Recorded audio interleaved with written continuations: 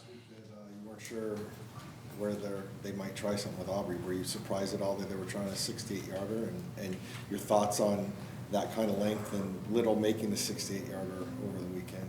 Yeah, I mean, it's coming, right? I mean, we've all known that.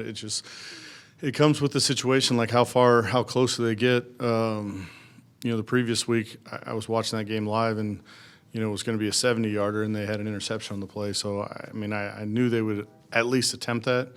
The debate was whether or not you put a returner back there, and he had won. It was outdoors. The previous year, maybe it was the year before that, and it was short, but you just never know. It might end up being short. I felt like it was worth the risk at that point to try and return it.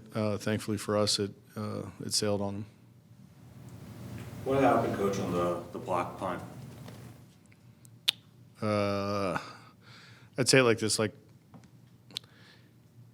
we're meeting with you guys before we've even seen our players, right, to go over the tape and stuff. So, hashing that out in the media is not, something we're real interested in doing. But they had a good scheme. The player that got through for them has a history of that. It wasn't a shock to us that he was rushing. But they out-executed us in that situation. I think there's a stat that says the third longest time to punt of the game or something like that. It was 2.5 seconds. Is that too long? Is that what you aim for? Yeah, generally speaking, we try to be mindful of our timing. Normal op time for us is, and I'm not sure where you got your stat. If somebody's getting the ball off consistently at 2.5 seconds, the coach, the snapper, the punter, we're all going to be out of the league real quickly. So whoever's stopwatch that was is probably inaccurate. If that was 2.5 seconds, but that punt certainly wasn't. We try to be, under 2.1 is kind of the norm. Most snappers are somewhere between 0.65 and 0.80, depending on how far the punter's back there. Most punters are going to be somewhere in the 1.2 to 1.4 range, somewhere in there. So, you're always trying to get the ball off. You're trying to do it in a way that, you can be under control, because that's real quick. It's almost like it's the same thing with the kicking operation. Like, most of those guys are in the 1.2s, and that's from the time the ball snaps. So the holder doesn't have much time. The punter doesn't have, much time. Efficiency and timing is something that we're certainly mindful of. I think this is only supposed to be the second time you guys are going to be playing outdoors this season. Just how much of a difference does that make for the scheme or whatever you guys are trying to design up when you're so used to playing indoors and now you have to switch it up to go outdoors? Yeah, there's certainly more factors. Day game, sun, is it in the returner's eyes, the receiver's eyes, things like that you got to be mindful of. Seattle's not necessarily been the driest climate in the country, so that's something that you're usually mindful of. The ball handling aspects of things, the wind. It's certainly different and something that, thankfully we can practice outside here and get some of those elements. But the game day decision making, you don't really know until you get into those conditions and see how it might affect you. Maybe it's by quarter. Tailwind versus headwind, and left to right wind, right to left. One end of their stadium is a little different than the other. We played there a bunch, so we're familiar with it.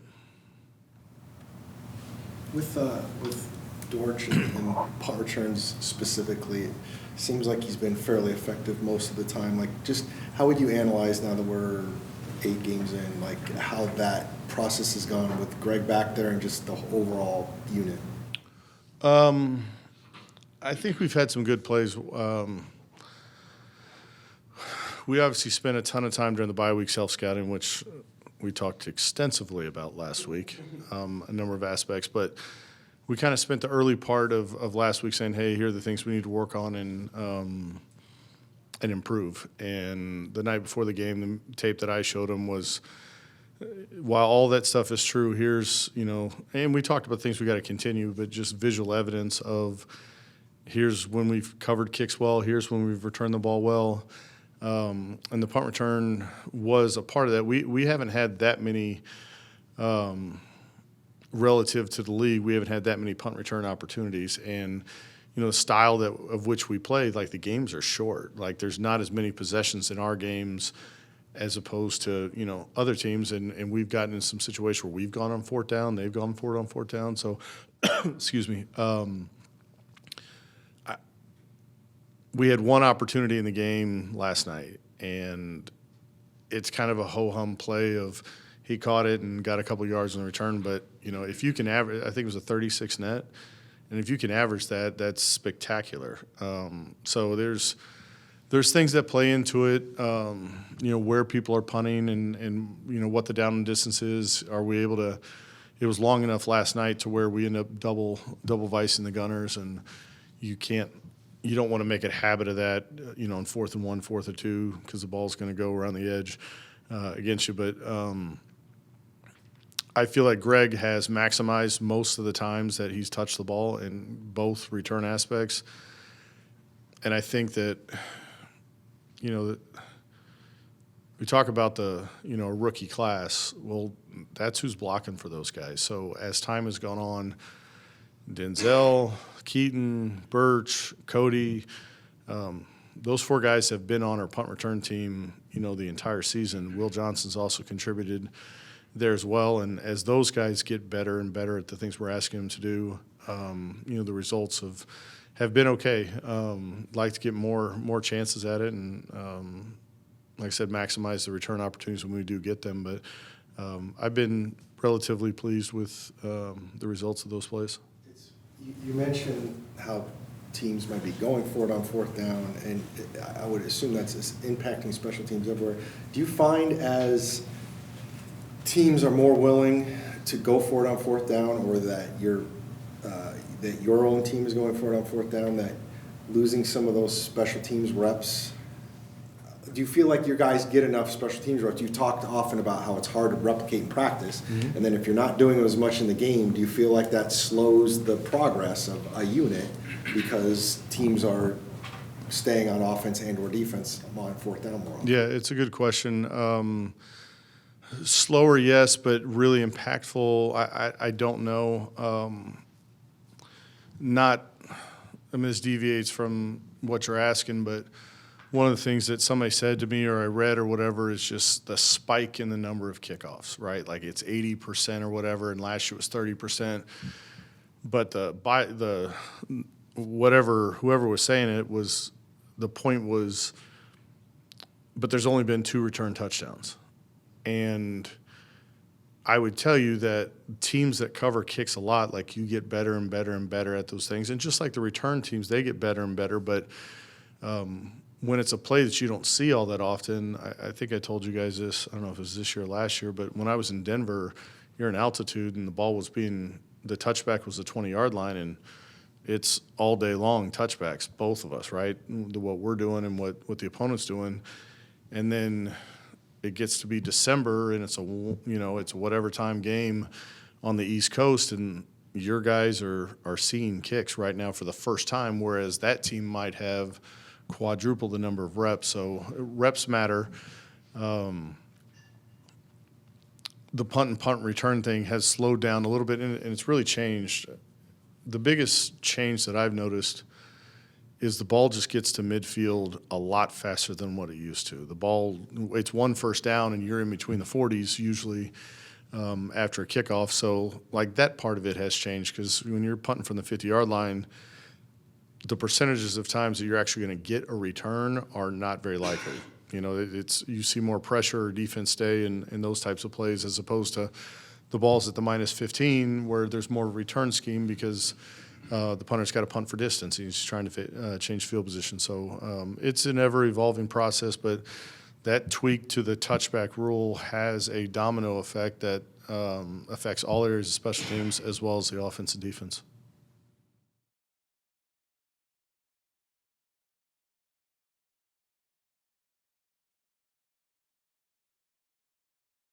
Drew, can you just talk about, Coach Gannon told us that Jacoby's going to start Sunday. Can you just talk about that decision and what went into that?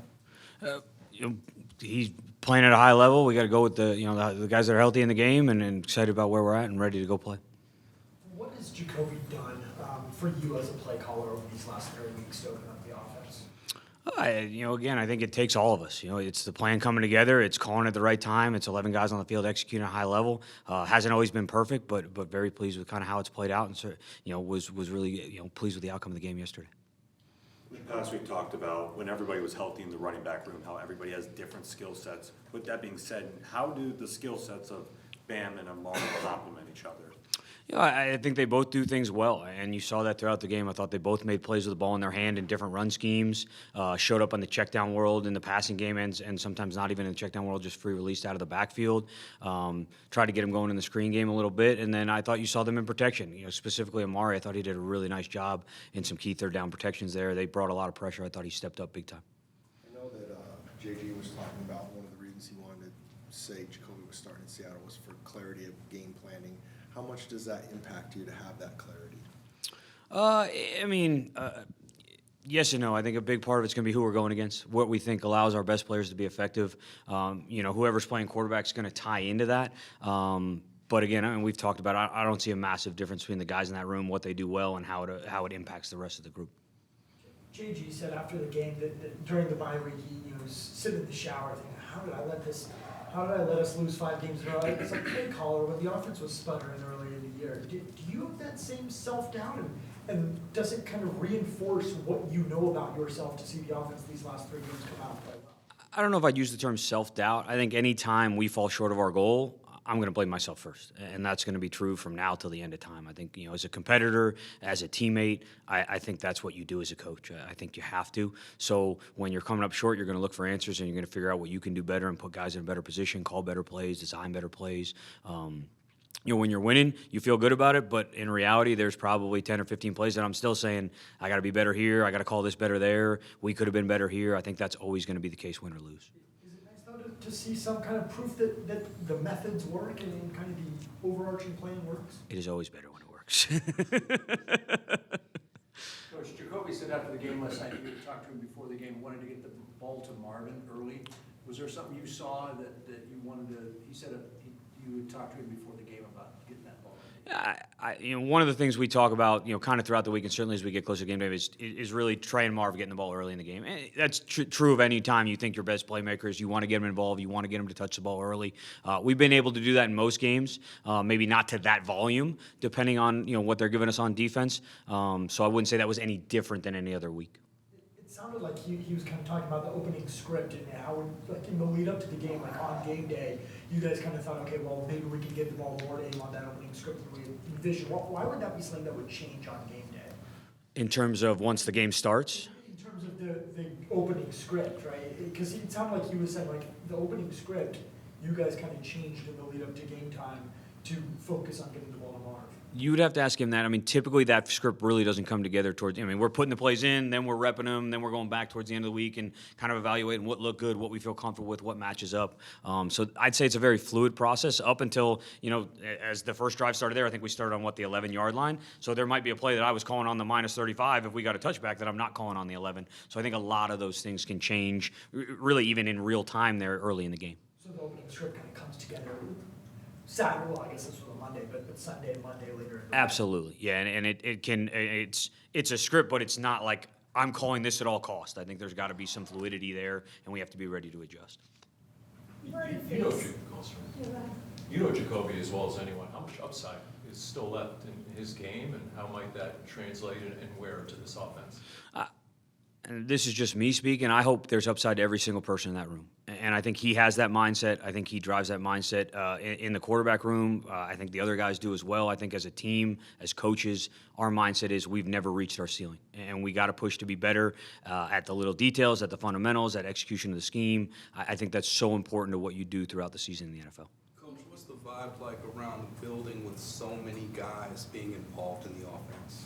And that would be a better question for them. I think the one thing I really appreciate about the group we have is no matter what the role they're assigned or ends up coming to fruition on game day, I think those guys take advantage of it. They take a lot of pride in it. They work really hard at it, whether they're getting the ball, 10 times and having 7 catches, or they're not seeing the ball, or it's not getting handed to them, and they're in a completely different role. I think that's a big part of that group and the reason a lot of those guys have been successful. What were you saying after? You've already seen what the Seattle defense can do, and JG said earlier that it's the best defense you guys are going to be facing. from where you saw them week 4, is there anything this defense is now doing significantly better? Does it look similar to how you game planned for them the first time? And there's definitely some similarities. I mean, like everybody in the NFL, they're dealing with some uncertainties on the injury front and different things that can change how they want to do things or who they want to emphasize. But I think JG hit on it. It's as good, if not better, than any defense in the National Football League. From the talent to the coaching to the scheme to the way it's executed on game day, it's a really strong group, and it's going to be a big challenge. Coach, it seems to me, just from my eye, that the offensive line is playing better lately. Do you see the same thing? Yeah. Again, I mean, I think it's game to game. I think there's games I said they definitely play better. There's games where, hey, we got to be better here or be better there. I think the thing that I really appreciate about the group is, we the term like mode of play or kind of the effort, energy, and execution of scheme from that standpoint. Like, hey, you may lose a one-on-one or but the effort and the thinking, and I think that has been there throughout. I think they do a great job of communicating. I think the physical aspect of the game shows up in everything they do. Been really pleased with that. Marv said this week, even before this game, that he felt like he was doing a better job of getting open. Even when the ball was going his way, doing a better job of getting open. What have been the keys to him doing that more often? I think it's something, and I know he's talked about it, and I've talked about it to a number of people. He is he's playing fast and he's playing physical. And even at the receiver position, I think those two things are so important to everything you do. On third down, how do you assess the improvement here in these last few games? Yeah, really good. Anytime you can stay on the field, I think we've been right around 50% the last couple games, at least the points, right? Because you're staying on the field, you get more opportunities at the plate, more plays being called, which is huge. And it's been a number of different things. Sometimes I think we had 2 or 3 short yardages yesterday. We were able to execute a couple in the low red there, a couple third and longs we converted early in the game that were huge. But again, it takes everybody. We got to get open on the outside. Sometimes it's checking down underneath and breaking tackles. Protection's got to hold up, which certainly involves tight ends, backs, and a number of different people. So it's great to see it and needs to continue. A lot was talked about with Trey McBride's lack of touchdowns in recent seasons. What do you attribute to the uptick this season? It's funny that touchdowns are always it's a very variable stat based on so many different details. So I don't know if there's anything in particular I'd credit it to other than to him going to get the ball and getting open in critical situations and making the play. So there hasn't really been much of an added emphasis when you're trying to scheme up these plays when you're in the red zone to try to find him the ball? No. I mean, no more than, he's arguably as good as any player on our roster, and we need to get him the ball from the -1 to the +1 as often as possible.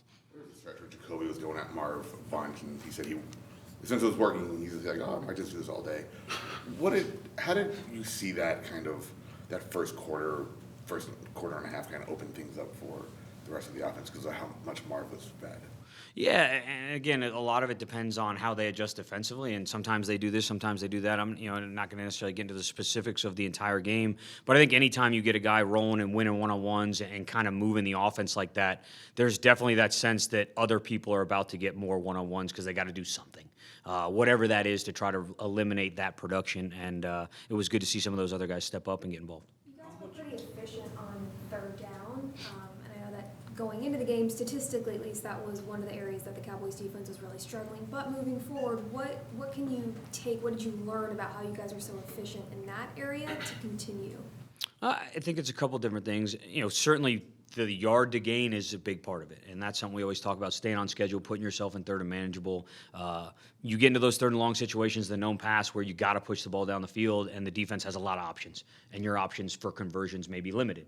I think that's a big part of it. I think the other piece of it is you see some of those guys playing fast and physical down the field, and it's not necessarily perfect, but we're being physical at the catch point, we're attacking the football, and we're creating plays down the field in some of those critical situations, which has been really good. You've had a lot more explosive pass plays in the last 3 weeks. What do you attribute that to, other than Jacoby being a quarterback? What else do you attribute that to? I think it takes everybody, and it's the opposite of what we say when we're not doing it. It takes everyone to execute when it's not happening. It takes everyone to execute when you are. So it's been really good. Like, I think of some of the ones that came up in the game. And you got guys making some great plays in protection versus pressure, which buy that maybe extra tick or extra second to get the ball down the field. You got guys winning down the field and going to make plays on the ball and then creating after the ball's in their hand, which is a big part of explosive plays is run after catch. So I think it's a combination of a lot of things. Coach, it seems to me like the playbook is opening up. How much harder does that make your job, right, to have to get so deep into the playbook? In terms of... call 3 plays and just go sit down for a half hour, right? But you got It would be easy, but it wouldn't necessarily lead to good things for the team. right? But, if you got to call a 10, 12, 15 play drive and you got to do that 2 or 3 times, like, that's a lot of plays. How much more difficult does that make your job? It doesn't change it dramatically, especially early in the game, because you got your whole play sheet, you got a lot of things you rep during the course of the week. There's definitely times later in the game where you're trying to figure out what do we want to get back to, what do we need to adjust, where do we need to go, and those conversations have to happen quickly. Our defense, especially when they're playing like they did yesterday, you might be on the field, 3 and out, turnover, you got to be ready to go. But I wouldn't say that's a challenge. I would say that's something you look forward to in a lot of ways. You guys with Jacoby have been under center significantly more often and therefore used more play action. What impact have you seen that have on opposing defenses? I think that would be probably a question I would have to have them answer, which we can't do. We certainly can run play action, gun, pistol, under. I don't feel like that's going to increase or decrease the amount we run necessarily. But anytime you can create the indecision for a defense on whether or not their ball is being handed off, what the play type is, where we're trying to attack on the field, I think it makes it a lot harder to defend.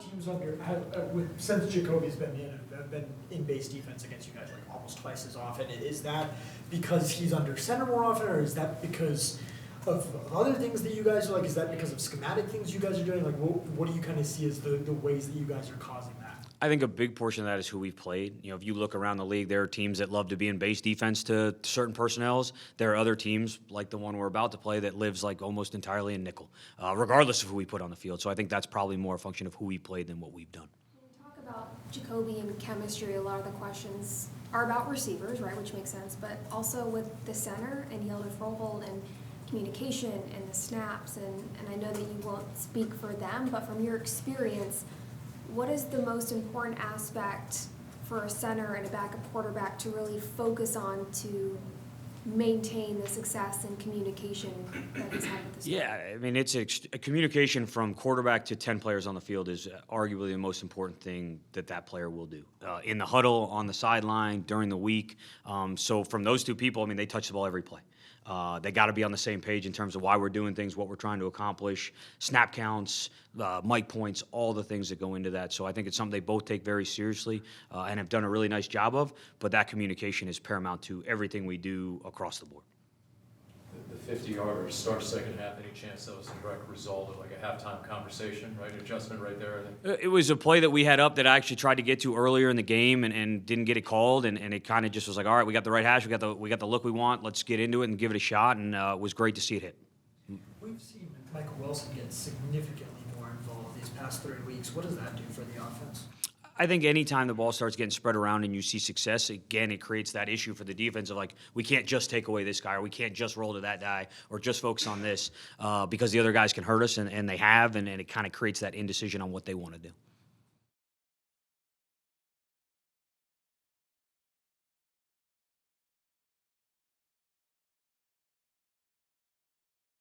You kind of joked a little bit last week about how we'll see if you had found some of the answers, and we'll see on Monday night, and it felt like you kind of did. Did you come out of that feeling pretty good about how things came together? Yeah. Anytime the players win their one-on-ones, you think you're the greatest coach of all time, I found the answers. Well, players went out there and made it happen, and that's ultimately, what it comes down to is, as coaches, did we come up with a plan that put those guys in position to best win their one-on-ones? And then did we coach it good throughout the week? Did we work it how we need to work it? And then on, Sundays or Monday night, did the players go execute it? So all those things have to come together for you to win in this league. How much of a proud dad moment was it for you to see all the rookies get involved late, especially? Yeah. I'd love to see anybody, even a 39-year-old, go out there and make plays late in the game, whatever helps us win games. Walt had quite a debut. What do you attribute to him playing so well in his first? His preparation. He's put himself in that position to be able to go out there and, in his first NFL game, make plays, and he did that. So you can tell the moment was not too big for him. It's just between the white lines, and he did a really good job with not just his physical prep and his scheme, but his psychological prep for that moment. What was it about him personally that allowed that moment not to be too big for him? Man, I think that goes back over the course of people's lives, of what preps them for, where they're currently at. So you'd have to ask Walt. I'm a small piece of his journey. So I think there's probably been a lot of things that have gotten him ready for that moment. What about his skill set is different? I mean, he's a big athletic man, I think it's that simple, and I think the game comes pretty natural to him. He has feel, as a rusher, when to take something, when to counter off of it, when to go to power, when to use finesse. So I think it's the combination of ability, but also, football acumen. A lot of the stuff that he did yesterday is the stuff that he did in college. Obviously, there's a reason he was drafted in the first round. But were there any reps that you saw that there were things that he's actually worked on, despite being injured, that he's worked on and maybe added to his game over this last 6 months? Nothing specific there. I mean, that's hard to say because it's been a while since he had really, started ramping back up. I'm sure some more things will kind of come to the light in terms of improvement plan or things that he wants to build on that he's maybe already doing at a good level, but he wants to create, be at a great level with it. So to be seen a little bit going forward. Garrett made his return after missing 5 games, and you've talked very highly about what he can do in the slot. What kind of trickle-down effect did you see for the rest of the secondary by having Garrett out there, whether that's physically or mentally? Yeah, hard to pinpoint something in terms of a trickle-down effect. I know it's, Garrett is so prepared and is a really good communicator that, things are always very settled to the people that are around him. Sometimes it includes a linebackers, corners, safeties. He's never going to be late on a call. So, that's just something that Garrett provides to the back end. How much communication responsibility does he have? Actually, I have no idea how that works. Like, who back there is responsible for communicating on a given play? Does it change play to play? Yeah, it can change based on our calls. It can change based on the formation of who's involved in those calls. And a lot of times it's everybody communicating at once because we ultimately should all be on the same page and know what we're getting to. So that depends. But, I would say the more that you're in the middle of the defense, those guys are responsible for a lot of communication. You've been upfront about in practice prioritizing forcing turnovers. And you guys have had a couple of instances, especially last couple weeks, where the players have been close, it just hasn't come to fruition for whatever reason. So to have 3, what did you notice was the difference maker? I know to a certain extent it's luck or like where the ball lands, but what did you notice that it really worked in Dallas? There's been a handful of weeks now that we have taken really good shots on the ball. And I think it just came to life a little bit this past week. One of the person that comes to mind is Mac. To the naked eye, you might not see it. You might because there are some violent punches on the ball, but he's had a lot for a course of weeks. And I told him, man, that's what it takes until you find all of a sudden that perfect connection. Their ball security is a little bit loose. You hit the sweet spot of the ball, and all of a sudden, boom, it looks very beautiful, right? Like to the naked eye, like balls flying everywhere. And, it takes a lot of shots on goal for it to happen. And I think it just bounced our way the other night. But it was on their mind, and you have to practice it and constantly have it on your mind. And we got to keep it on our mind. Nick, at the end of the night, how cool is it when you have a team like Dallas that's scoring 40 points at home, how cool is it to just hold them to 10 on a night? How cool is that for you? Like a scale of 1 to 10 coolness? No, I'm just messing with you. It was good just as a team to go in there and get a win. That's the most important thing. Not about points or stats or anything like that. So I'm glad we came out with the W. You mentioned Mac and punching on the ball. Does he get any kind of grief for dropping the interception? He was saying that I made up. Well, I was watching with him on the plane last night, and I kind of. And he's like, I made up for it. I'm like, you would have had 2, So he wants that one back. I think Sweaty was pretty mad at him too because he would have got credit for it in our meeting room for the disruption on the ball in the pocket. So he'll capitalize on that one next time. I know he's not going to mess that one up. I told him just signal fair catch next time. Nah, I'm joking. You mentioned Josh after the game. Calais said that he felt like Josh was the best player in the NFL last night. He's played well. Was that the best he's played since he's been here? It was a high-level game. I'm not great with comparisons to say that this game was better than others. He's made play for us. He's made plays for us the entire year. I know that. And last night he made a lot of them, and it definitely helped propel us to a win. So it was good, very good individual effort by Sweaty for certain. I asked you to make a comparison right after you said you don't make comparisons. Come on, man. But did you feel like you were able to open up more one-on-one opportunities for him, whether that's because of schematics or because Walt was next to him or whatever it was? At times, that was the intent, but that's not necessarily going to be every single time. And, sometimes it just goes that way for you. One of the situations where he disrupted the quarterback, it wasn't actually a one-on-one, and he was able to slide through, and Clay did a really good job running a game with him. So, I think he really did a really good job of, when the call wasn't dictated for Sweaty, you got a one-on-one to be able to go win. I'm thinking coverage-driven or whatever. He went and won, and that's winning your one-on-one. That's what I'm talking about, players going out there and making plays and executing. Of course I'm gonna be feeling good about these calls. Like, you got guys winning and in their rush. How did you assess Cody Simon, especially since I think he played like 3 or 4 defensive snaps all year, and he was sick yesterday in terms of how he was flu game. No, I'm just kidding. He was sick the night before. He did good. He went in there and executed at a really high level, graded out really high. And, I think it's cool to see him disrupt the football.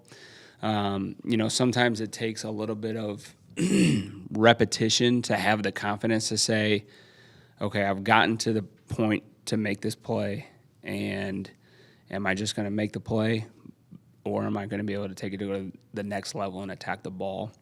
And to see him do that very early in the amount of snaps he's played was cool. It means he's comfortable for that moment. So, yeah, I'm happy with how he played out there.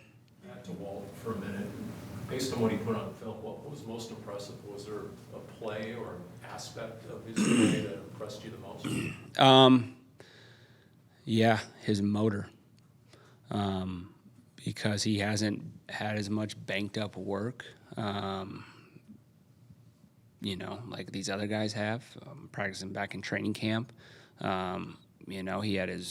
was working through his rehab, and then he had his window of practice, and he practiced really hard to help get him into shape, and he went out there and played hard. He played through fatigue. I think I was messing with him once when he came off. I said, "Man, you look tired." He's like, "Man, I am tired."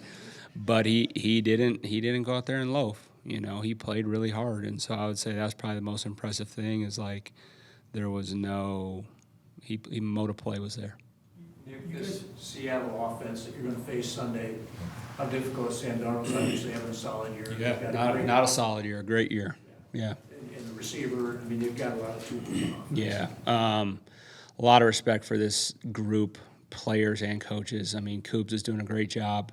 I worked with Coobs for a couple years in Minnesota, so I know the guy, I know the work ethic, I know the intelligence, and he is doing a phenomenal job of featuring his playmakers. I think they're doing a great job of utilizing young guys and bringing them along and developing. They got young skill, making a lot of plays out there. They got 2 really good backs. They can run the ball, and when they run it, they can generate some explosives with those guys. So a lot of facets to what they're doing. That's tough to prepare for. You got an elite receiver. You got a quarterback that has arm talent and knows where to go with the football.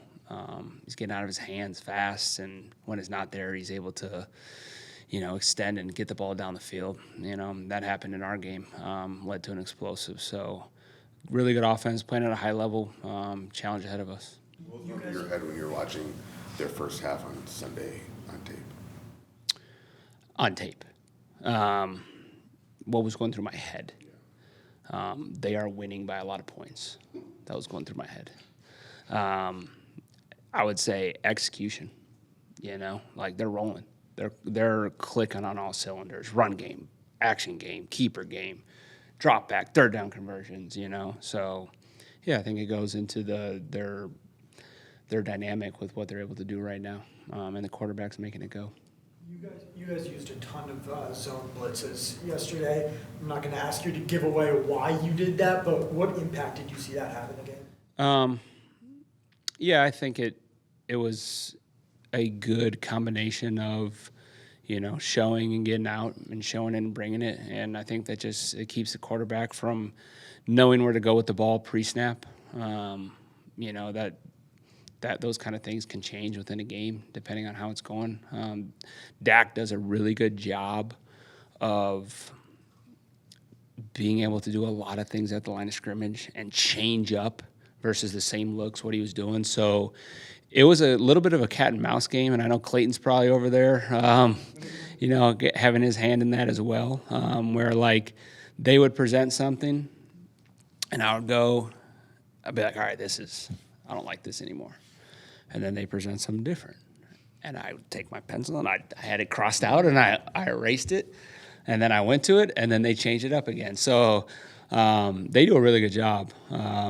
Obviously, Clayton, I know what kind of coach he is, but Dak as well with protections, like, impressive. So it was fun to kind of go back and forth because, you know, some of the pressures worked, and honestly, some of them didn't. Sometimes they didn't work, but guys went out there and made plays. To be honest, like that last sack by Calais, that was Calais making a play. So, you know, it was just kind of the flow of the game on, you know, that's what we felt like was going to give us the best chance to win. Guys like Dalvin Tomlinson, Darius Robinson haven't necessarily popped up a ton on the stat sheet lately, but JG was saying, like, in Dalvin's case, you watch the tape and he is still making an impact. When you talk about grading out players, how do you find that balance between you're grading out really well, but I'm sure they're the type of players that want to be the ones that are making the tackles and having their names happen? Yeah, I think you got to look at it just play by play on what we're asking of guys. You know, number one, mode of play, ball disruption, but then assignment, schematic, and technique. And if they're grading out high, that's helping us win games. That's what I care about, not a stat sheet. When we talked to you last week, BJ hadn't gone on to the practice field, and then we practiced, and he talked to us and gave us a little insight on what he called like a year from hell of just what he went through. So now that you saw him on the practice field one or two times, I mean, like what emotions were you feeling knowing what it meant for him to get back out there and when he's healthy enough, what he can bring to that? Yeah, he looked good. You know, from a moving standpoint, like to me, I was like, what knee is it again there, BJ? You know, I thought his technique was I was impressed. Like, for him to just be back in the swing of things that fast, and I could tell it was fun. Like, he was on every detail, and he would come off, and I would, you know, talk to him about his rep, and like he's mad at himself, but I could tell like deep down he enjoyed that process of being back out there and being critical of his game and improving his game, and I think it's going to, you know, continue to build this week.